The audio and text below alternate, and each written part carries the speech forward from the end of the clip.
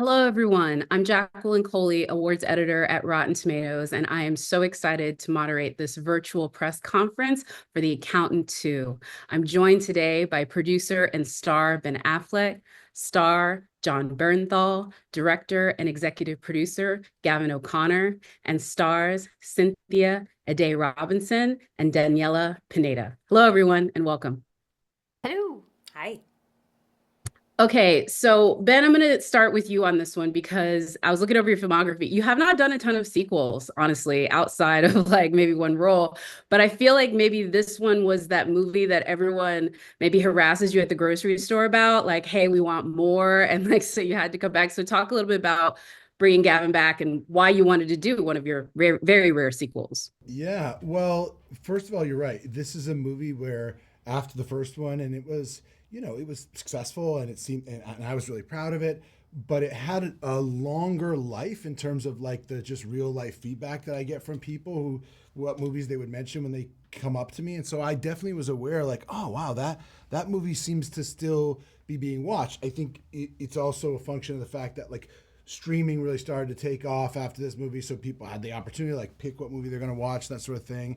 Um, and also I loved this character. I really enjoyed playing it. Gavin and I both very much were drawn to the idea of bringing John back and expanding on that because we both really were like, this guy's fabulous and we love it, and we I think both felt like there was a lot more to do. And the only thing that I think, that I would rephrase from your question is like they really brought me back.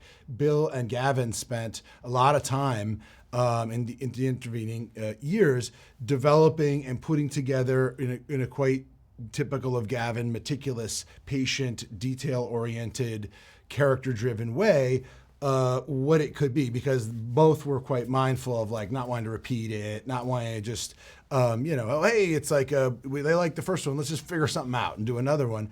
So it had everything about it was appealing to me. I love that. And Gavin, that brings me right to the next question for you. I think it's almost even rare sometimes for the director to come back, but I guess as Ben said, you had been thinking about this for a while. When did you decide what aspects of the first one you wanted to carry over, and then how you wanted to sort of change it up in this second installment? That just a lot of conversations with Bill in regard to there was certain DNA that it was important to preserve, and then after that it was a lot of left turns and just try to refill the tank in a very different way. And I in no way wanted to recycle the same thing that we did in the first film. So it was just a matter of how do we just start recreating or recreating the character in a way that is putting him on a different journey, integrating Brax. Wanted to bring Cynthia back. We knew the key in the ignition was to kill Ray, because I wanted it to be personal for both of these guys, and and most importantly, and we had these conversations, I just wanted to make just wanted to make a movie that was fun and entertaining and put people in the seats and go to a movie theater and the lights come down and have a communal experience where they can walk out of the theater and go, man, that was a fucking ball. That was a great time at the movies. And that's really what we were going for. I mean, you've already gotten that sort of stamp of approval. It won the audience award at South Yeah. by Southwest. And the one thing I was sort of struck by when I was there was just how funny it was and how much you played up the comedy in this one. And I will say, John, sir, your character and your dynamic between your character and Ben was a lot of that comedy. What was that like for you? And when did they tell you that this was going to be much more of an odd couple, brotherly love, but also sort of like antagonistic sort of version the second time around? I don't know that I was ever really told that. I don't know that. Look, it was Bait and switch. Yeah, a little bit. I was like, what? Look, Bill's writing is so unbelievably strong, and I think Gavin and I are, we're very close, and you work with Gavin, he's always gonna whittle it down and try to get to the truth of the character, and there's no stone left unturned. It was a real thrill for me to get back, and I think with Ben, it's just it just kind of happened that way. I mean, it's there, but there was it was very much supported by Gavin to sort of let moments linger and let it exist naturally and play the moments in between the beats. He's unbelievably funny, and he has such a he is, it sounds corny. He's just mastered this character in such a way that there's just so many little moments of truth that are going on that you love, but can also drive you crazy from the right, from the right point of view. And I feel like we were really, I was really let off the leash to have a real opinion about that. So, I don't think we ever said like, oh, it has to be funny. When I say I wanted the movie to be fun and entertaining, but John and I had so many sit downs where we would just do, dissecting the character and what's the intention of the scene, but once you just put these guys together, they both have specific wants. And if you're not getting your want, and both these guys the characters are slightly bonkers, right, in certain ways. So if they're not getting their wants, if you just let them do their thing, it was such a fertile kind of environment for them just in the scenes that it just created. They weren't trying. The reason I think it works is because they weren't trying to be funny. Right. No one was trying to be funny. They were so ingrained in their characters, and they had very specific wants. And if you're not getting that, it's like banging your head against the wall. And it just also John took pleasure in torturing him. And that's so that was really my God, just funny. And if it's not, I'm not gonna lie, I would watch it every day. So your suffering was quite entertaining. I'm so sorry to say. It was quite entertaining. This is not to say that the film is not the same like high octane action movie that the first one was, with a gripping sort of like thrilling storyline. And Cynthia, what I think is so interesting with like even your character changed so much, because with J.K. Simmons' character sort of being the catalyst, your character was so much more uncomfortable with what Matt was doing. And I loved how, again, like I feel like you all were just putting antagonistic people around him at every turn in this one, but hers was way more like, yeah, I am a federal officer and I can't do that. So what about the character did you get to explore this time around that you really sort of enjoyed? Yeah, I think I always viewed Mary Beth as sort of the entry point for the audience, because she's sort of observing and seeing all these things unfold around her and reacting in kind. And, myself as an actor, same thing. I think back to working on the first movie, I was nervous. I was kind of out of my depth in a way, just trying to kind of present as if I wasn't, which I think, for Mary Beth, it was a similar type of situation. And, here we are 8 years later when we started on the sequel. And, Mary Beth has evolved, grown. She's in this sort of elevated position within the Treasury Department. And for myself as a person and an actor, I felt like I had also grown, and it was like, all right, I'm going to sort of be returning to a situation that's familiar. I feel a little bit more comfortable, a little bit more confident. And so that was really nice for me to kind of feel like, okay, I'm feeling like I can handle what I'm now getting thrown at me, which is, again, this dynamic with Ben and John's characters, and just kind of, again, being that sort of, for the audience, that point of entry. So all of their shenanigans, I also got to just sort of bear witness to and be like, all right, these guys are kind of crazy, and they're also kind of challenging my view of how to serve justice, really. The secret of this movie is that Cynthia is the protagonist, really. And she's the lead in the movie. She's the entree for the audience, which means we get to play character parts. And there is a kind of relief from not having to carry a certain... there are a whole bunch of expectations and stuff that go with sort of being the lead in the movie, because as Cynthia says, the audience is really projecting themselves onto you. And so we're like a dual aggravant in some ways to her. And if you look at the math of the story, it's about her being brought into this, seeing this person be killed, trying to find out what it was and what she has to go through to get there, and the resolution of her story. And that's something that I find very artful and interesting, where this person is the lead of the movie, and you have these dual sort of character actors in there. So that affords John and I the luxury of doing the sort of two-hander, as you call, odd couple thing. A very good one. And then Daniela, I feel like your character, we don't want to give too much away, but even from the trailer, we can gather that she is just about A to wreak a barrel of bunch of laughs. havoc. Yeah, no. Just a barrel of laughs. All the comedy, really. Fierce, fierce. Listen, Yeah. but I was really actually happy to see that. Look, the gentlemen are bringing back the action, but there's a heightened level of female action in this movie that I think is going to go down in history as some of the best I've seen on screen. But what was that like for you? Again, no stranger to action, but I don't think you've done this much physicality on screen yet. No, I would say this is definitely it was definitely next level. I mean, it's not necessarily a character you see all the time. I feel like it's kind of changing a bit. I saw a video the other day of these two American Eagle chicks in a nest, and one of the siblings just takes out the littler one, takes out the nest. I was like, oh hey, I know that girl. That's Anais.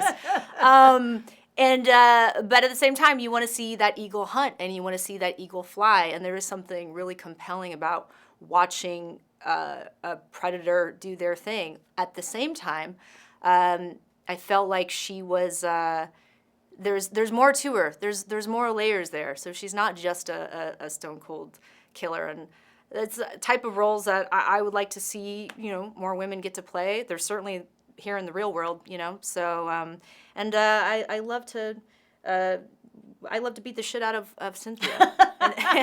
But we were hugging in between takes, and it was nice. I got really lucky. I had a good partner. Listen, let's not put anything. The minute I saw both of y'all in the trailer, I was like, that's gonna be good. Whatever that It was like, I didn't know fun. It was fun, but she'll tell you it was brutal. It is pretty good, and what's very satisfying is, we've now sort of had opportunities to see the movie with audiences, and when you hear an audience audibly gasp, then you're doing something right, because it means that the stakes and how invested people are in these characters, they are literally leaning forward, and with each blow, each hit, it's like so I think that's like a nice vote of confidence to hear those gasps. And then for the gentleman, I mean, Gavin, Warrior, Pride and Glory, Batman and the Punisher. Look, action is nothing new, but I feel like with the accountant, because it is so visceral and it is so gory and bloody in real life, what is the aspect of doing action for this movie that sort of sets it apart? And Ben, I'll start with you. I mean, that's really, look, to me, what makes it interesting and what makes it made me think that we could do something that would actually connect with an audience in the sense that they feel something for what's happening, is because Gavin's approach is not about this is a shot where visually it looks cool because of X, Y, and Z elements, and we're going to construct it in such a way, and then you have to reverse engineer why in the world you would be doing something that would lead you to that place. It's always driven from what does each character want? Why are they doing this? There's a grounded reason for it, and then his gift is to take that and make that visually compelling. Yeah, and not try to make it feel stunty or some of these we can cite action movies that are great, but it just feels like the action is in front of the characters. And for us, and the same with the girls, we were always coming from character. So what we were always tracking in when we got to the third act was how are these guys working together? How are they now united? We knew what the stakes were. We knew what they wanted. So inside of the action and the choreography, really it was about the emotional line between the two brothers and how are they going to try to accomplish this together. And that was really what the conversations were about. And the action's like dance, right? It's you're just doing it in beats. So it's not, action isn't emotional and disposable violence. Who cares about right? So it was really evoking emotion because you care about the characters. I mean, that's one of the things. I think some of the action sequences with your character, John, are just so much more impactful because of the sort of conflict or resolution or sort of celebratory moments that you and Ben's character are having together. But I'd be curious for you, that sort of emotional arc that your character goes through in this one, which I don't think people would necessarily expect. How did you approach that, and how did you balance it with the very demanding action sequences that you had to do? I mean, I think you can't lie in a fight. You just can't lie. It's all what you want is right there. And so if you're going for it, you just got to know what you're going for and why you're going for it. I think more than any director I've ever worked with, Gavin has an appetite and an availability and a hunger to go back and to really get into what makes these guys tick. He'll talk to you as long as you want to talk to him about where these guys came from. And what's so beautiful about this being, a second film, and I think for me with Brax, there was, he's really sort of shrouded in mystery in the first one. There was a point you really don't know too much about him, but you have these amazing flashbacks to see how these two boys were raised and what their relationship was with their dad. And it really is the crux of what is really bothering both of them and what's really bothering Brax. The roles that we've always filled for each other, getting each other's back, having to be there for each other, the lack of being there for each other. So then for it to sort of culminate, it just doesn't culminate just in a gunfight. It culminates in, hey, I'm there for you. I'm getting your back. You're getting mine. We're joined forever. And it's a way, for lack of a better word, of showing how much you love somebody. And violence can actually be that sometimes. Definitely. One of the things too, I think folks are going to be really excited when they get a chance to see this on April 25th is the fact that Ben Affleck, I'm just going to go ahead and say it, you line dance. Like, I didn't expect to see that. America doesn't expect it. America wasn't asking for it, but they're going to get it. Getting it. And we'll see what happens. That's what I mean when you say big swing. No, it was really, that was one of the fun things about this thing was that the idea that here's a guy who's trying to figure out, he wants to have a relationship with a woman. He's trying to figure out how to do that. Like how to put yourself out there. He's not comfortable extending himself. He doesn't really know how to flirt exactly. He's not comfortable. Like so many of us, it's not easy for anyone figuring out relationships, particularly the very early part where you're trying to gauge, like, what does this signal mean? Is this person looking at me? Do they like me? Am I going to humiliate myself if I go over there? And what he does is kind of a lovely thing, which is he uses something that he's comfortable with, which in that case is the ability to recognize and identify the pattern of line dancing because it is so structured and patterned to participate in this. And it's the perfect way that he's comfortable to stand next to this woman who he's attracted to and wants to connect with because it's kind of like parallel play with little kids. You don't have to look at somebody and engage them, but you get to be with them and do something next to them. And he finds a way that he's comfortable doing that. And it required, a lot of me. No, I probably am not going to get a lot more demands for my line dancing work. I don't know. The phone hasn't rung yet. But it was really fun I think what's charming about it is when, somebody puts themselves out there to do something, at least I hope that they're not necessarily great at, but they're trying. And I mean, really at the end of the day, that's sort of all any of us can do. Some of us are great at things like John is the fighting comes easy to him. The action scenes with him is sort of like playing in a basketball movie, and this guy's you're like, oh, you played professional basketball, okay, great. And whereas like these women of the action, like Cynthia and Daniela, like they trained like crazy and brought like incredible aptitude to it. Those fight scenes are like a function of like tremendous commitment and dedication and emotional, perseverance that was astonishing. And for me, I'm coming at this line dancing thing like I don't really have the natural gifts, but I'm willing to try. I would say they did a hell of a lot better with the action than I did with the line dancing. Luckily for me, it wasn't supposed to be good. At least I thought it was great. Don't sell yourself short. I thought it was great. The other thing about the scene that we were trying to accomplish that was really important is so obviously there was that happening, but it was also like we just left the plot of the movie. It was like, are we going to leave the plot for a while? We're just going to go have it because that whole scene is really about the brothers. They've been in all this conflict driving up to that scene, and then at the end of the scene on the airstream, he says, "Let's go get drunk." And then that scene became they're still kind of in conflict trying to figure. But once he goes to dance, Brax is like that started to unite the two brothers. And it was just baby steps to get these guys there. So that was the other thing. And it anchors the audience, having him celebrate for his brother. Like, that's where you're connecting to. Yeah, that's my big brother up there. Like, it's beautiful. John, not to say that you're not a great actor, but were you literally looking on to Ben dancing, doing the cheerleader role, or was it just I don't do that. any of my off-camera for the other performers. When I'm done, I leave the set. He was in this You can look at a fucking tennis ball. We saw taillights. I am finished with you. I don't need, you know what? And Listen, that's just the way it goes. I am telling you that I was so happy that watching him, I could You were not. very concerned. You were I very was like, concerned. this You never got scene the scene, by the will way. You never never got- work. I was like, there's no way never got this the is scene. gonna work. Like, be horrible. why is he like? How does this kind of like? What does this scene have to do with anything? And it was as soon as I saw him go out there, and I was singing that song, Copperhead. I mean, I was like.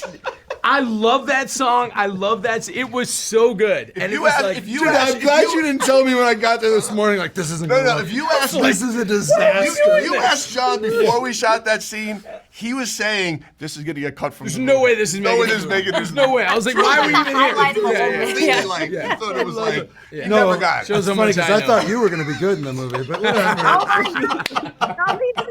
Okay, before MGM Amazon MGM sends a sniper for me, quite literally, I'm gonna end it here. And I wanted to talk so much more. I wanted to talk about the locations. I want to talk about the action sequence. John, I just really want to ask you about Dungeons and Dragons and whether or not you've played yet. But we don't have enough time, so I just want to thank the incredible cast and filmmakers of The Accountant 2, and again remind all of you it will be in theaters globally April 25th. I hope that I didn't miss anything else. Thank y'all very much. Thanks very much. Thank Thank you so much. Yeah.